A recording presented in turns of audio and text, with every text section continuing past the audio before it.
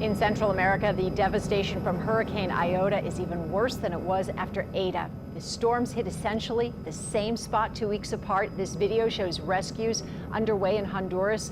That was a family trapped in raging floodwaters.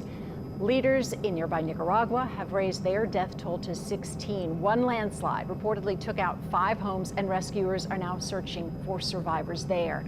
In Honduras, more than 55,000 people are in shelters. The destruction of dual hurricanes rivals the worst natural disasters in that area's history. And their loss was not unnoticed by some local students who decided to help. Meg Ferris reports.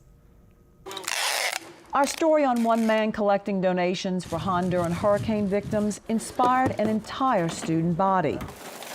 This week, Academy of the Sacred Heart gathered up donations for people hit twice by powerful hurricanes. I think it's important for us to really be involved and help in any way that we can, because we've experienced Katrina. When we saw the devastation of those communities, we knew it was a really important opportunity to give back in any way we can. We're learning about helping others, and we hope that other schools could learn the same thing. Contractor Carlos Beso has lived in New Orleans for 35 years, but has never forgotten his original home in Honduras.